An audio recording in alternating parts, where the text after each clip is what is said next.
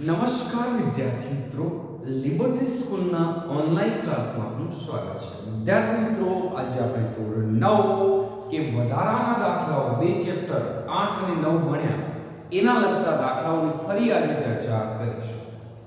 કેમ કે બંને ચેપ્ટરમાં કોઈ દાખલાઓ જ ન હતા, તો આપણે કંઈ કરીને તમને આ પ્રકારના દાખલા તો શીખવાડવા.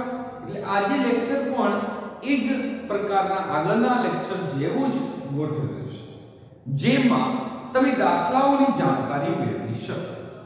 વિદ્યાર્થી મિત્રો, સમાંતર બાજુ ચતુષ્કોણ ABCD ના વિકર્ણ AC અને BD એકબીજાને O માં છેદે છે. AO 3 OD 2 AC શોધવાનું છે અને BD પણ લાવવું છે. વિદ્યાર્થી મિત્રો, આ આખી બાજુ, આ પણ આખી બાજુ. તમે વિદ્યાર્થી મિત્રો જાણતા હશો કે સમાંતર બાજુ ચતુષ્કોણના વિકર્ણ પરસ્પર દુભાગે છે. જો પરસ્પર દુભાગતા હોય, જે આપણે પ્રમેય ભણ્યા હતા, સમાંતર બાજુ ચતુષ્કોણમાં તમને કેટલી વાર આ પોઈન્ટ કીધું યાદ છે ને? હશે જ કે સમાંતર બાજુ ચતુષ્કોણ વિકર્ણ પરસ્પર દુભાગે છે. એનો મતલબ કે આ અને આ સમાન અને આ બંને પણ કેવા સમાન. એટલે કે આ 3 હોય તો આ પણ 3 હશે, આ 2 હશે તો આ પણ 2 હશે. તો વિદ્યાર્થી મિત્રો, સૌપ્રથમ આપણે AC ની વાત કરીએ. AC એટલે શું? આ બે ટુકડાનો સરવાળો. કયા બે ટુકડા? તો AO OC. AO OC એટલે કે 3 3 એટલે કે 6. AC આપણા જોડે આવી ગયું 6. હવે આપણે BD લેવું છે. BD એટલે શું? કે આ બે ટુકડાનો સરવાળો. કયા બે ટુકડા? તો BO OD. BO OD. BO 2 2 એટલે કે 4. BD બરાબર 4. વિદ્યાર્થી મિત્રો, સરસ મજાના આવા MCQ પૂછે તો હવે તમને સરળતાથી સમજી શકો અને ગણી પણ શકશો. આવા જ પ્રકારના બીજાની વાત કરીએ કે ત્રિકોણ ABC માં AB બરાબર 5, BC 8, CA 7 સેન્ટીમીટર છે. D અને E અનુક્રમે AB અને BC ના મધ્યબિંદુ હોય તો DE ની લંબાઈ શોધવાની છે. તો સૌપ્રથમ વિદ્યાર્થી મિત્રો, એક સરસ મજાનો ત્રિકોણ બનાવી દો. આ ત્રિકોણનું નામ લખી દો ABC. AB બરાબર 5, BC 8 અને CA કેટલો? 7. હવે શું કહે છે? D અને E અનુક્રમે AB અને BC ના મધ્યબિંદુ છે. AB નું મધ્યબિંદુ D, BC નું મધ્યબિંદુ E એટલે કે આ. તો DE શોધો. આ શોધવાનું છે. સો લાસ્ટ મધ્યબિંદુ પ્રમેય ભણ્યા હતા ને? યાદ કરો કે ત્રિકોણ ABC માં બે બાજુના મધ્યબિંદુ ત્રીજી બાજુને કેવી હોય? સમાંતર હોય. તો એકબીજાને કેવી કહેવાય? સમાંતર. કઈ બાજુ સમાંતર? તો DE સમાંતર AC. તો DE સમાંતર AC હોવાથી હવે શું કરવું? તમે જાણતા હશો કે DE લાવવું હોય તો AC નું અડધું કરવું પડે. હા, કરવું પડે. તો આપણે મેળવી દઈએ કે DE બરાબર AC ભાગ્યા 1/2, અડધું એટલે ભાગ્યા 2. તો આપણે લખી શકાય કે DE બરાબર 1/2 અને AC કેટલું આપેલું છે? AC એટલે કે 7 એટલે 3.5. DE આપણા જોડે આવી ગયો 3.5. સરસ મજાનો વિદ્યાર્થી મિત્રો, બે MCQ પૂરા કર્યા અને આવા MCQ તમે સમજ્યા હશો અને સારી રીતે કરી શકશો. આવા ટેસ્ટમાં હવે પૂછાય તો પણ તમે સારી રીતે લખી શકશો. વિદ્યાર્થી મિત્રો, હવે પછીના આપણે દાખલા તરફ જઈએ.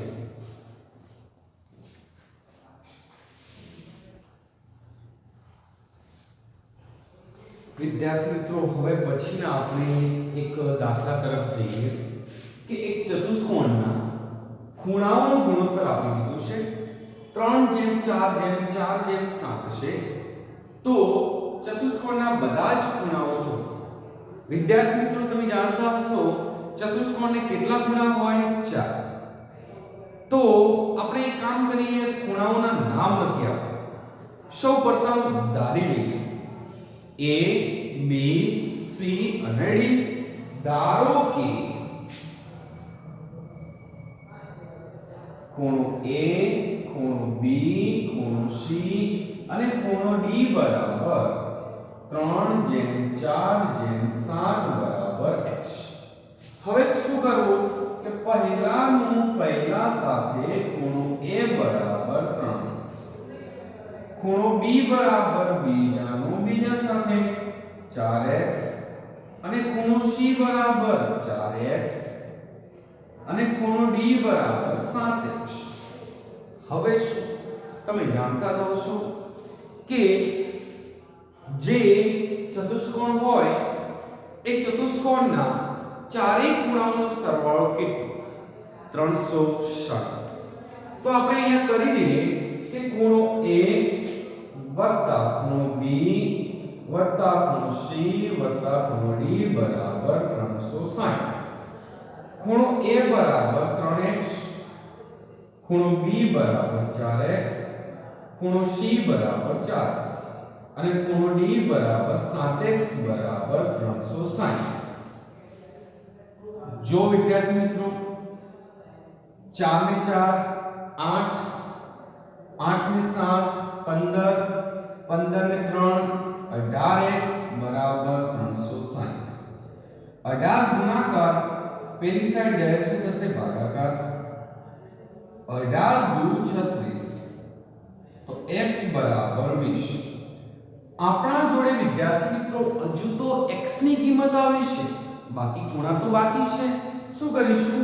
x ની કિંમત આ તમામ મેળવી દઈએ એટલે આપણે બાકીના ખૂણાઓનો અપાઈ જશે। તો ખૂણો A બરાબર 3x 3 ગુણ્યા 18 તારી 54 અને ખૂણો B બરાબર 4x 4 ગુણ્યા 18 18 ચોક 72। જો 8 ચોક 32 ને વિધિ 3 8 4 ને 7। ખૂણો C બરાબર 4x 4 ગુણ્યા 18 એટલે કે 72। ખૂણો D બરાબર 7x 7 ગુણ્યા 18। જો 7 8 56 7 ને 5 12 126। વિદ્યાર્થી મિત્રો આપણું આ સરસ મજાના ચારે ચાર ખૂણાઓનો જવાબ આવી ગયો। હવે આપણે એક નવા દાખલા તરફ જઈશું।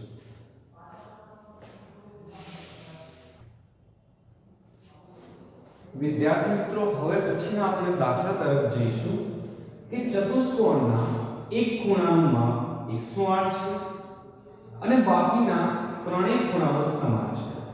પ્રત્યેક સમાન ખૂણાના માપ શોધો। વિદ્યાર્થી મિત્રો અહીંયા પણ ખૂણાનું કોઈ માપ આપેલું એકનું છે, બાકીના ત્રણ ખૂણા કેવા છે? સમાન।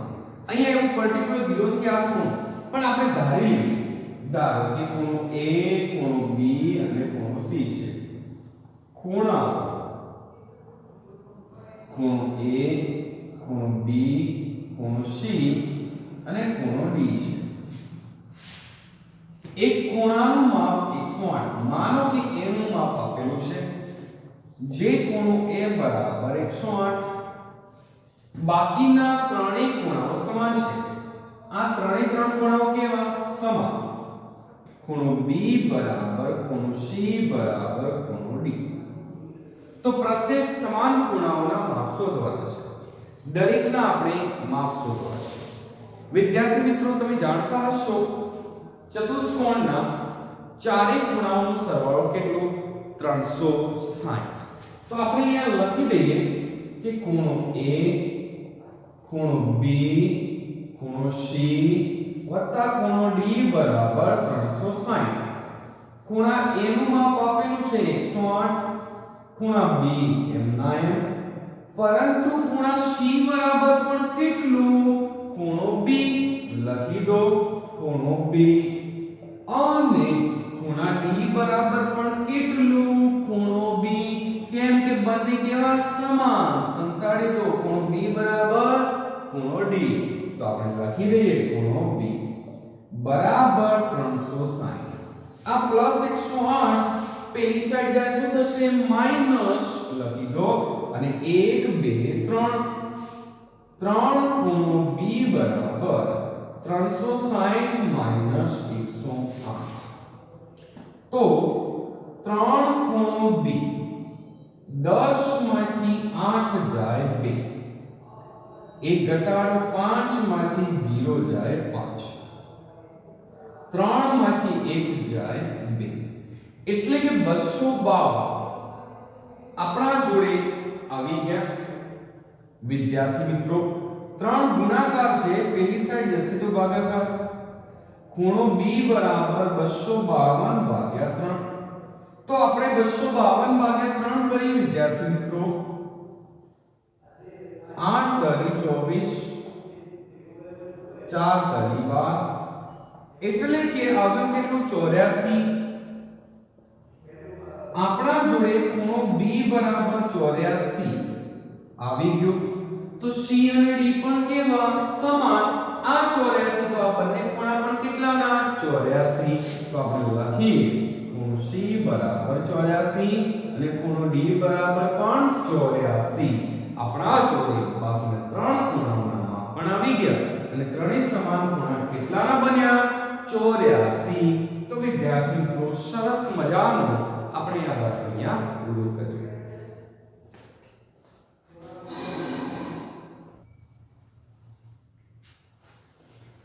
વિદ્યાર્થી મિત્રો હવે આપણે નવા દાખલા તરફ જઈએ કે સમલંબ ચતુષ્કોણ ABCD માં AB સમાંતર ડીશ AB સમાંતર ડીશ તથા ખૂણો A બરાબર ખૂણો B બરાબર 45 સમલંબ ચતુષ્કોણના C અને D ખૂણાના માપ શોધો સૌપ્રથમ આપણે એક સમલંબ ચતુષ્કોણ બનાવો આ ચતુષ્કોણમાં AB સમાંતર DC છે તો AB DC DC CD છે ને AB સમાંતર DC આવી ગયું ખૂણો A 45 અને ખૂણો B પણ 45 તો C અને D ના માપ શોધવાના છે હવે કરવું શું તો આપણને પ્રશ્ન થાય કે સમાંતર બાજુ ચતુષ્કોણમાં પાસેના ખૂણાઓ 180 થાય એટલે કે એકબીજાના પૂરક ખૂણા કહેવાય આ પણ એકબીજાના કેવા કહેવાય પૂરક તો પહેલા સૌપ્રથમ આની વાત કરીએ A અને D તો આપણે કહીશું કે ખૂણો A ખૂણો D બરાબર 180 ખૂણા A નું માપ 45 ખૂણો D શોધવાનું છે પ્લસ પેલી સાઈડ જશે માઈનસ ખૂણો D બરાબર 180 માઈનસ 45 તો ખૂણો D બરાબર 135 વિદ્યાર્થી મિત્રો આપણા જોડે ખૂણા D નું માપ આવી ગયું 135 તેવી જ રીતે B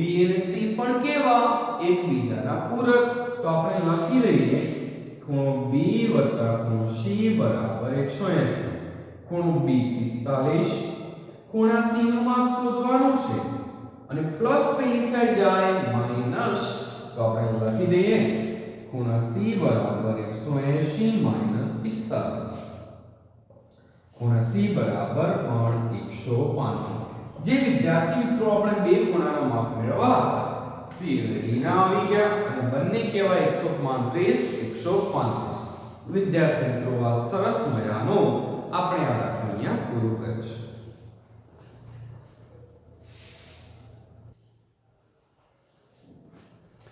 વિદ્યાર્થી મિત્રો હવે આપણે એક નવા દાખલા તરફ જઈએ કે ચતુષ્કોણ ABCD લંબચોરસ છે AB બરાબર 6 BC 8 સેન્ટીમીટર હોય તો ABCD ખાલી જગ્યા થાય સૌપ્રથમ એક લંબચોરસ ABCD દોરો A B C D AB 6 centimetre BC 8 centimetre તો ABCD નું ક્ષેત્રફળ શોધો તો આપણે આકૃતિ દોરી બાજુના માપ દર્શાવ્યા આ તમને ખબર હશે આની કેવળ લંબાઈ આને કહેવાય પહોળાઈ। અને વિદ્યાર્થી મિત્રો એ પણ તમને ખ્યાલ હશે કે લંબચોરસના ક્ષેત્રફળનું સૂત્ર શું? લંબાઈ ગુણ્યા પહોળાઈ। હા સાહેબ રાઈટ છે। લંબચોરસના ક્ષેત્રફળનું સૂત્ર છે લંબાઈ ગુણ્યા પહોળાઈ। તો આપણે એ સૂત્રનો ઉપયોગ કરીશું અને એનું ક્ષેત્રફળ મેળવી લઈએ। તો લંબચોરસનું क्षेत्रफल बराबर लंबाई गुण्या पહોળાઈ। लंबाई શું? BC, પહોળાઈ શું? AB, BC કેટલા? 8 અને AB કેટલા છે? 8 × 48, જે આપણું માપ આપ્યું છે સેન્ટીમીટર સ્ક્વેર। વિદ્યાર્થી મિત્રો સરસ મજાનો એક લંબચોરસ આવ્યો અને એનું માપ મળી ગયું જે ક્ષેત્રફળમાં લંબાઈ ગુણ્યા પહોળાઈ અને 8 × 48 જે આપણું નવા લંબચોરસનું માપ છે। હવે વિદ્યાર્થી મિત્રો આના પછીની વાત કરીએ એક ત્રિકોણનું। એક સરસ મજાનો મોસ્ટ આઈએમપી દાખલો પણ કહી શકાય। આ વિકલ્પમાં પૂછે યા દાખલામાં પૂછે તમને આવડવું જોઈએ।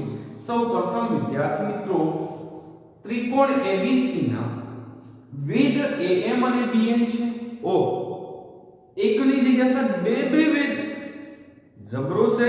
જોઈ લઈએ। BC બરાબર 8 સેન્ટીમીટર, AC બરાબર 6 સેન્ટીમીટર, BN બરાબર 7.2 સેન્ટીમીટર હોય તો AN શોધો।